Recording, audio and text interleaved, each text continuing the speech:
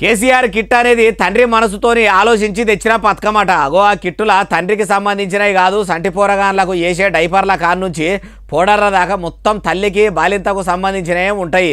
తండ్రి మనసుతో ఆలోచన చేసి తెచ్చినట్టు అట్లెవల కనిపించిన బాలన్న అంటే సబితా ఇంద్రారెడ్డి మేడం చెప్తున్నది. నుర్రి అమ్మ మాజీ చదువుల మంత్రి సబితా ఇంద్రారెడ్డి మేడము కేసీఆర్ సార్ భజన సురువు చేయండి. ఏం నూనె వేయాలా, ఏం సబ్బు పెట్టాలా, ఎట్లా ఇవన్నీ ఉంటాయి అన్నట్టు. అమ్మ వచ్చి చెప్పాలా, అమ్మమ్మ వచ్చి చెప్పాలి.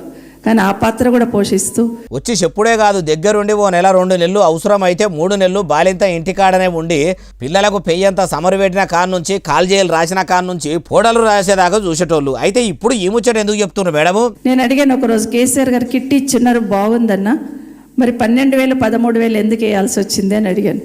ఒక్క మాట చెప్పాను. నిజంగా నాకు అంటే కడుపులో నుండి పీకినట్టు అనిపించింది. కడుపుల నుంచి వీకినట్ట అట్లెందుకు అనిపించే? ఆ ముచ్చట కూడా మీరే చెప్పుర్రి. అందరూ ఇంట్లో కలిగిన వాళ్ళు ఉండరు, కూలికి పోయి పనికి పోయి పని చేసుకునే కుటుంబాలు ఎక్కువగా ఉంటాయి. నెల కాగానే పిల్ల కొంచెం నెల నిండగానే బాలింత అయినా కూడా ఆ కుటుంబంలో అవసరాలకు పనికి పోతూ ఉంటుంది.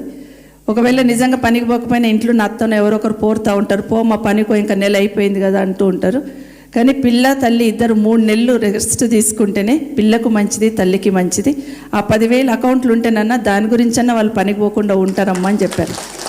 మరి అంత మంచి ఆలోచన చేసినాక కూడా ఆడోళ్లే ఓడగొట్టి మాజీ ముఖ్యమంత్రి కేసీఆర్ సార్ను ఎందుకు మూలకు కూర్చుండబెట్టిర్రు? ఆ ముచ్చట కూడా మీరు చెప్తేనే మంచిగా ఉంటుంది మేడం అంటుర్రు ఈ ముచ్చటిన్నోళ్ళు.